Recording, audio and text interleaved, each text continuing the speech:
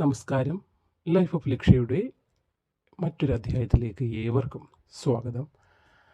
പഞ്ഞക്കർക്കിടകം വറുതിയുടെയും ദുഃഖത്തിൻ്റെയും വിഷമങ്ങളുടെയും ഒക്കെ ഒരു വിഷമങ്ങളാൽ നിറഞ്ഞ ഒരു സമയമാണ്. ഇവർക്കും അറിയാം, കർക്കിടക മാസം നമ്മുടെ കേരളത്തിൽ തന്നെ ഇപ്പോൾ ഈ കർക്കിടകത്തിലാണ് ധാരാളം വിഷമഘട്ടങ്ങൾ കേരളം തരണം ചെയ്തുകൊണ്ടിരിക്കുന്നതേ ഉള്ളൂ. അതിൽ നിന്ന് മുക്തമാകാൻ നമ്മൾക്ക് ഇന്നോ നാളെയോ ഒന്നും സാധ്യമാവുകയല്ല. എങ്കിൽ പോലും ആ ഒരു പഞ്ഞമാസം, ആ കർക്കിടക മാസത്തെ പുറംതള്ളി പുതിയൊരു നല്ല മാസം, ചിങ്ങമാസമായ പൊന്നിൻ ചിങ്ങമാസം, പൊന്നോണ മാസത്തെ നമ്മൾ വരവേൽക്കേണ്ടതായൊരു അത്യാവശ്യം ഉണ്ട്. കാരണം ചിങ്ങമാസമാണ് നമ്മളിലേക്ക് വരുന്നത്.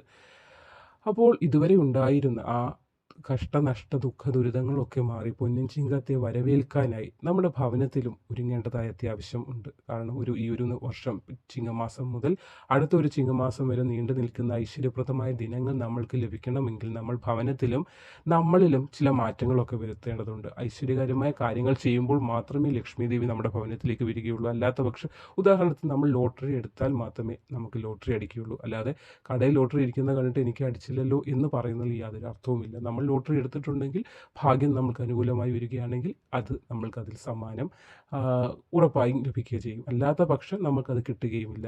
അപ്പോൾ എന്ത് ചെയ്യണമെന്ന് വെച്ചാൽ, നമ്മളിലേക്ക് ഭാഗ്യം വരാനായി നമ്മളാൽ ചെയ്യപ്പെടേണ്ട ചില കാര്യങ്ങളുണ്ട്. അതുകൂടി ചെയ്താൽ മാത്രമേ തടഞ്ഞു നിൽക്കുന്ന ഭാഗ്യം നമ്മളിലേക്ക് ഒഴുക്കോടുകൂടി എത്തുകയുള്ളൂ. അപ്പോൾ ഈ പൊന്നിൻ ചിങ്ങ മാസത്തെ വരവേൽക്കാനായി നമ്മുടെ ഭവനത്തിലും ചില മാറ്റങ്ങളൊക്കെ ഒന്ന് വരുത്തിയാലോ? അതിൻ്റെ മുന്നോടിയായി ഒരു 4-5 കാര്യങ്ങൾ ചെയ്യേണ്ടതായുണ്ട്. പൊന്നിൻ ചിങ്ങമാസത്തെ ഇരു കൈകളും നീട്ടി ആ ഭാഗ്യദിനങ്ങളെ നമ്മളിലേക്ക് എത്തിക്കാൻ, ആ ഭാഗ്യത്തെ പൂർണ്ണ രൂപത്തിൽ നമ്മളിലേക്ക് എത്തിക്കുന്നതിന് വേണ്ടി ചില കാര്യങ്ങൾ നമ്മൾ ഭവനത്തിലൊന്ന് മാറ്റം വരുത്തേണ്ടതായിട്ടുണ്ട്. അത് ഏതൊക്കെ കാര്യങ്ങളാണ് എന്നതിനെക്കുറിച്ചാണ് ഇന്നത്തെ വീഡിയോയിൽ നമ്മൾ ചർച്ച ചെയ്യാൻ പോകുന്നത്. ചാനൽ ആദ്യമായിട്ട് കാണുന്നവരാണെങ്കിൽ ഒന്ന് സബ്സ്ക്രൈബ് ചെയ്യൂ. വീഡിയോ മുഴുവനായി കണ്ട് നിങ്ങൾക്ക് ഉപകാരപ്രദമായി എന്ന് തോന്നുകയാണെങ്കിൽ ഒന്ന് ലൈക്ക് ചെയ്യുക. മറ്റുള്ളവരിലേക്കും കൂടി ഷെയർ ചെയ്യൂ. അറിവുകളല്ലേ, അത് ഏവരിലും ഒന്ന് എത്തട്ടെ. അപ്പോൾ പൊന്നിൻ ചിങ്ങ മാസത്തെ വരവേൽക്കാനായി നമ്മൾ പഞ്ഞമാസമായ കർക്കിടകത്തിനെ, അല്ലെങ്കിൽ നമ്മുടെ വീട്ടിലുണ്ടായ ദുഃഖദുരിതങ്ങളെ എല്ലാം ഒന്ന് മാറ്റി നിർത്തി പുതിയ ഒരു നാളിലേക്ക്, പുതിയ ഒരു വളർച്ചയിലേക്ക് നമ്മൾ പടികടക്കുന്നതിൻ്റെ ഭാഗമായി ആദ്യം ചെയ്യേണ്ടത്, ഭവനത്തിൽ കേടായ ക്ലോക്കുകൾ ഉണ്ടോ എന്ന് നിങ്ങളൊന്ന് ശ്രദ്ധിക്കുകയാണ്. ഇപ്പോൾ മൊബൈൽ നോക്കിയാണ് ഓരോരുത്തരും സമയം കണ്ടുപിടിക്കുന്നത്. സമയം എത്രയായി നോക്കുമ്പോൾ ഓടി വന്ന് മൊബൈൽ ഓൺ ചെയ്ത് നോക്കും. അല്ലാതെ ക്ലോക്കിലൊന്നും നോക്കാൻ പണ്ടത്തെ കൂട്ട് ആളുകൾ ഇപ്പം മെനക്കെടാറില്ല. അപ്പോൾ എന്ത് ചെയ്യുന്നു വെച്ചാൽ, ഭവനത്തിൽ ആ ക്ലോക്ക് ബാറ്ററിയും കേടായി അങ്ങനെ ചത്ത് ഭിത്തിയിൽ ഇങ്ങനെ കുത്തിയിരിക്കും, ചിലന്തി വലയും കയറി. അങ്ങനെ ഇരിക്കുന്നത് നമ്മളത് ശ്രദ്ധിക്കാത്തതുകൊണ്ട് നമ്മളത് വലിയ കാര്യമായി എടുക്കാറുമില്ല. പക്ഷേ നമ്മുടെ ജീവിതത്തിലേക്ക് വരാനുള്ള പല ഭാഗ്യങ്ങളെയും ആ ക്ലോക്ക് നിമിത്തം നഷ്ടമാകുന്നുണ്ട് എന്ന കാര്യമാണ്. കാരണം സമയമാണ്, അതിൽ നമ്മൾ ബാറ്ററി ഇട്ട് അത് വർക്ക് ചെയ്യുമ്പോൾ അതിലൂടെ സമയം കാണിക്കുമ്പോൾ നമ്മുടെ ഭാഗ്യദിനങ്ങൾ കൂടിയാണ് അത് കാണിച്ചു തരുന്നത്. അപ്പോൾ അതങ്ങനെ ചത്തിരിക്കുമ്പോൾ നമ്മുടെ ജീവിതത്തിലെ നല്ല കാലങ്ങൾ കൂടിയാണ് അതിലൂടെ നഷ്ടമായി കൊണ്ടിരിക്കുന്നത്. അതുകൊണ്ട് പൊന്നിൻ ചിങ്ങ മാസത്തെ വരവേൽക്കുന്നതിന് മുന്നോടിയായി നിങ്ങൾ ഭവനത്തിൽ കേടായ ക്ലോക്കുകളുണ്ട്, കേടായ ഇലക്ട്രോണിക് ഐറ്റംസ് എന്ത് തന്നെ ആയിക്കൊള്ളട്ടെ, അത് മാറ്റി, അത് ബാറ്ററിയാണ്, വലിയ ചാർജ് ഒന്നും ആകത്തില്ല, ഒന്ന് പൊടി തട്ടിയെടുത്ത് ബാറ്ററി മാറ്റി ആ ക്ലോക്കിനെ ശൂന്യമായിരിക്കുന്ന അവസ്ഥയിൽ നിന്ന് മാറ്റി ഉപയോഗപ്രദമായ രീതിയിലാക്കി മാറ്റേണ്ടത് വളരെ അത്യാവശ്യമാണ്. സമയം അത് വളരെ അത്യാവശ്യമാണ്. നഷ്ടപ്പെട്ടു കഴിഞ്ഞാൽ ഒരിക്കലും തിരിച്ചു പിടിക്കാൻ കഴിയാത്ത കാര്യങ്ങളാണ് സമയം എന്ന് പറയുന്നതും പ്രായം എന്നൊക്കെ പറയുന്നത്. അതുകൊണ്ട് തന്നെ പൊന്നിൻ ചിങ്ങ മാസത്തെ വരവേൽക്കുന്നതിന് മുന്നോടിയായി ആദ്യം ചെയ്യേണ്ടത്, ഭവനത്തിൽ കേടായ ക്ലോക്കുകൾ ഉണ്ടെങ്കിൽ അത് പ്രവർത്തിപ്പിക്കാനുള്ള വഴികൾ തേടുക. അല്ലാത്ത പക്ഷം പുതിയ ക്ലോക്കുകൾ വാങ്ങി, ഒരുപാട് ക്ലോക്കുകളെന്നല്ല, പുതിയൊരു ക്ലോക്ക് വാങ്ങി ഭവനത്തിൽ സ്ഥാപിക്കുകയും ചെയ്യുക. അടുത്തതായി പൊട്ടിയ പ്രതിമകളാണ്. എന്തെങ്കിലും കൃഷ്ണൻ്റെ വിഗ്രഹം അല്ലെങ്കിൽ അങ്ങനെ പല വിഗ്രഹങ്ങൾ ഒക്കെ കാണും. അറിയാത്ത കുട്ടികളിൽ നിന്ന് താഴെ വീണ് പൊട്ടിയിട്ടുണ്ടാകും. അത് സൈഡൊക്കെ പൊട്ടിയതേ ഉള്ളൂ, വശങ്ങളിൽ മാത്രം ചെറിയ പൊട്ടലുകളേ ഉള്ളൂ എന്നൊക്കെ കരുതി ചില അമ്മമാർ അത് ഭവനത്തിൽ തന്നെ സൂക്ഷിക്കാറുണ്ട്. ഒരിക്കലും അങ്ങനെ ചെയ്യാൻ പാടില്ല. പൊട്ടിയ പ്രതിമകളൊന്നും സൂക്ഷിക്കുന്നത് നമ്മൾക്ക് തന്നെ ശാരീരിക ബുദ്ധിമുട്ടുകളും സാമ്പത്തിക അസ്വസ്ഥതകളും സാമ്പത്തികപരമായ ഞെരുക്കങ്ങളും ഒക്കെ ഉണ്ടാകുന്നതിന് അത് കാരണമാകുന്നുണ്ട്. നമ്മളിലേക്ക് നല്ല ദിനങ്ങൾ വന്നാൽ പോലും നമ്മൾക്കത് ആഘോഷിക്കാൻ പറ്റാത്ത അവസ്ഥയിലോട്ടൊക്കെ അത് ചെന്നെത്തിക്കും. കാരണം ഇങ്ങനെയുള്ള ചില കാര്യങ്ങൾ പൊട്ടിയതെന്ന് പറയുമ്പോൾ അതിൽ വിള്ളൽ വീഴുകയാണ്. അല്ലെങ്കിൽ നമ്മൾ തന്നെ പറയില്ലേ കണ്ണാടി, അത് പൊട്ടിക്കഴിഞ്ഞ് പിന്നെയും നമ്മൾ മുഖത്തിൽ നോക്കുമ്പോൾ അതിൽ കാണുന്ന നമ്മുടെ രൂപമാണെങ്കിൽ പോലും അത് വികൃതമായിട്ടാണ് പിന്നെ കാണുന്നത്. അപ്പോൾ ഇങ്ങനെയുള്ള പൊട്ടിയ കണ്ണാടികൾ, അതേപോലെ തന്നെ പൊട്ടിയ പ്രതിമകൾ, ഇവ രണ്ടും ഭവനത്തിൽ നമ്മൾ നോക്കണം. എവിടെയെങ്കിലും നമ്മൾ അറിയാതെ എന്തെങ്കിലും ഇങ്ങനെയുള്ള പൊട്ടിയതായിട്ടുള്ള പ്രതിമകളാകട്ടെ, അതേപോലെ തന്നെ കണ്ണാടികളാകട്ടെ ഉണ്ടെങ്കിൽ അത് വേഗം എടുത്തു മാറ്റേണ്ടത് വളരെ അത്യാവശ്യമാണ്.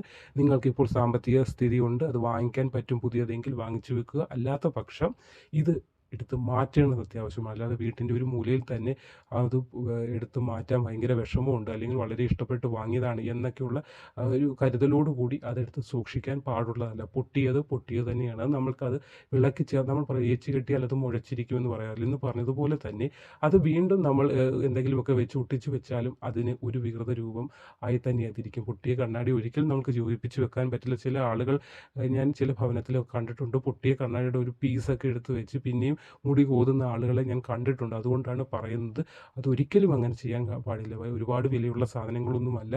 അതുകൊണ്ട് തന്നെ പൊട്ടിയ കണ്ണാടി, പൊട്ടിയ വിഗ്രഹങ്ങൾ, പ്രതിമകൾ ഇതൊക്കെ ഭവനത്തിലുണ്ടെങ്കിൽ എടുത്തു മാറ്റിയതിന് ശേഷം പുതിയത് വാങ്ങിക്കാൻ ശ്രമിക്കുക. അല്ലാത്ത പക്ഷം അത് മാറ്റുക. ഇപ്പോൾ സാമ്പത്തിക സ്ഥിതി നിങ്ങൾക്ക് അനുയോജ്യമായി വരുന്നില്ല എങ്കിൽ അത് മാറ്റുക. അപ്പോൾ തന്നെ നിങ്ങളുടെ ഭവനത്തിൽ ഒരു മാറ്റം നിങ്ങൾക്കുണ്ടാകുകയും നിങ്ങൾക്ക് ഇപ്പോൾ ഉള്ളതിനെക്കാട്ടി ഇരട്ടി കാര്യങ്ങൾ വാങ്ങിക്കാനുള്ള സമ്പത്ത് ഭഗവാൻ കനിഞ്ഞ് അനുഗ്രഹിക്കുകയും ചെയ്യുന്നതാണ്.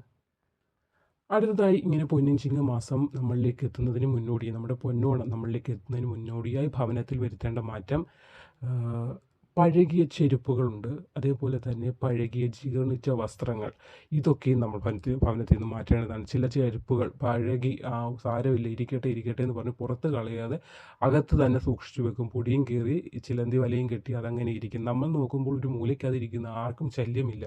പക്ഷേ നമ്മുടെ ഭാഗ്യത്തെ നശിപ്പിക്കാൻ, നമ്മളിലേക്ക് വരുന്ന പണത്തിൻ്റെ സമ്പത്തിൻ്റെ ഒഴുക്കിനെ നശിപ്പിക്കാൻ ആ ഒരു ചെരുപ്പ് തന്നെ ധാരാളമാണെന്ന് നിങ്ങൾ മനസ്സിലാക്കണം.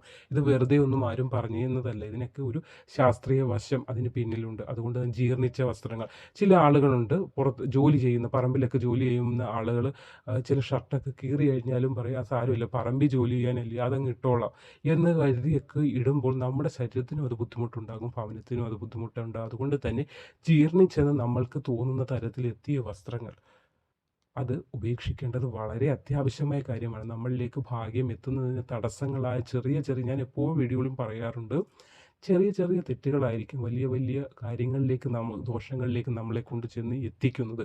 അതുകൊണ്ട് തന്നെ ഇങ്ങനെയുള്ള ചെറിയ കാര്യങ്ങൾ ഈ കർക്കിടക മാസം തീരുന്നതോടുകൂടി ആ ദോഷങ്ങളും മാസം അല്ലെങ്കിൽ നമ്മളിലേക്കുള്ള ആ സമ്പത്തിൻ്റെ ഒഴുക്കിനെ തടയുന്ന ഇങ്ങനെയുള്ള കാര്യങ്ങളെ നമ്മുടെ ഭവനത്തിൽ നിന്ന് ഒഴിവാക്കുക. ഒരു പൊന്നോണ മാസമാണ് വരാൻ പോകുന്നത്. പൊന്നിൻ ചിങ്ങം മാസമാണ്. ഓരോ മലയാളികളും ഓരോ മനുഷ്യരും അത്രത്തോളം ഹൃദയത്തോട് മഹാബലിയെ ചേർത്ത് നിർത്തിക്കൊണ്ട് ആഘോഷിക്കാനാണ് മനസ്സിൽ പദ്ധതിയിട്ടിരിക്കുന്നത്. ഇപ്പോൾ ഓരോ ദുരിതങ്ങളൊക്കെ ഉള്ളത് കൊണ്ട് വലിയ ആഘോഷങ്ങളൊന്നും ഇല്ല എങ്കിൽ പോലും പൊന്നിൻ ചിങ്ങം മാസം ഓരോ മലയാളികളുടെയും മനസ്സിലൊരു വികാരമാണ്. അതുകൊണ്ട് തന്നെ ആ മാസത്തെ പൂർണ്ണ രീതിയിൽ നമ്മൾക്ക് ഉൾക്കൊണ്ട് അതിനെ നമ്മൾ ആ ശക്തിയോടും പവറോടും കൂടി നമ്മളിലേക്ക് അത് എത്തണമെങ്കിൽ നമ്മൾ നമ്മുടെ ഭവനത്തിലുള്ള ഇങ്ങനെ ഉപയോഗശൂന്യമായ ചില കാര്യങ്ങളെ ഉപേക്ഷിക്കേണ്ടത് വാസ്തുശാസ്ത്രപരമായും വളരെ അത്യാവശ്യമായ കാര്യമാണ്. ഇത് വെറുതെ പറയുന്നതല്ല. അതുകൊണ്ട് തന്നെ നമ്മുടെ ഭവനത്തിൽ ഒന്ന് ചുറ്റും നോക്കുക. പൊടി മാറാല ഇതൊക്കെ ഉണ്ടെങ്കിൽ അതൊന്ന് വൃത്തിയാക്കുക. കാരണം എപ്പോഴും ചെയ്യുന്നില്ല, വർഷത്തിൽ ഒരിക്കലായിരിക്കും ചിലപ്പോൾ ചെയ്യുന്നത്, അല്ലെങ്കിൽ എന്തെങ്കിലും വിശേഷ അവസരങ്ങൾ വരുമ്പോഴാണ് ചെയ്യുന്നത്. അപ്പോൾ നിറഞ്ഞ മനസ്സോടുകൂടി പൊന്നിൻ ചിങ്ങം മാസം നിങ്ങളിലേക്ക് എത്താനും നിങ്ങൾക്ക് ഐശ്വര്യപ്രദമായ ഭാഗ്യങ്ങൾ ഈ ഒരു വർഷം ഉടനീളം ഈ ചിങ്ങം തൊട്ട് അടുത്ത ചിങ്ങം വരെ ഐശ്വര്യപൂർണ്ണമായ ദിനങ്ങൾ നിങ്ങളിലേക്ക് എത്തുന്നതിനായി ഇങ്ങനെയുള്ള ചില കാര്യങ്ങളൊന്ന് അവോയ്ഡ് ചെയ്യണം. കാരണം നമ്മുടെ ഭവനത്തിൽ തന്നെ വെച്ചിരുന്ന ഈ പൊട്ടിയ വസ്തുക്കൾ വെക്കുന്നത് കൊണ്ട് യാതൊരു പ്രയോജനവുമില്ല. അത്രയും സ്ഥലം കൂടി നമുക്ക് നഷ്ടമാകുകയുള്ളൂ. അതുകൊണ്ട് ക്ലോക്ക്, പൊട്ടിയ വസ്തുക്കൾ, അതുപോലെ പൊട്ടിയതായിട്ടുള്ള ചെരുപ്പുകൾ അത് ഒട്ടിച്ച് ഉപയോഗിക്കാൻ പറ്റുമെങ്കിൽ മാത്രം സൂക്ഷിച്ചു വെക്കുക. അല്ലാത്ത പക്ഷം ഇവയൊക്കെ ഭവനത്തിൽ നിന്ന് ഒഴിവാക്കുക. നമ്മളിലേക്ക് സമ്പത്ത് എത്തുന്നതിനായിട്ട് നിങ്ങളാൽ തടസ്സം നിൽക്കാതിരിക്കുക. എന്ന് നമ്മളാൽ ചെയ്യുന്ന ചില പ്രവൃത്തികൾ തടസ്സം നിന്നുകൊണ്ട് എന്നിലേക്ക് സമ്പത്ത് എത്തുന്നില്ല, കടങ്ങൾ മാത്രമേ ഉള്ളൂ എന്ന് പറയുന്നതിൽ യാതൊരു അർത്ഥമില്ല. അതുകൊണ്ട് ഭാഗ്യം നമ്മളിലേക്ക് കടന്നു വരുന്നതിനായി തടസ്സം നിൽക്കുന്ന ഇങ്ങനെയുള്ള കാര്യങ്ങളെ ഒഴിവാക്കേണ്ടത് നമ്മൾ ഏവരുടെയും മുന്നോട്ടുള്ള ഐശ്വര്യപ്രദമായ ജീവിതത്തിന് വളരെ അത്യാവശ്യമാണ്.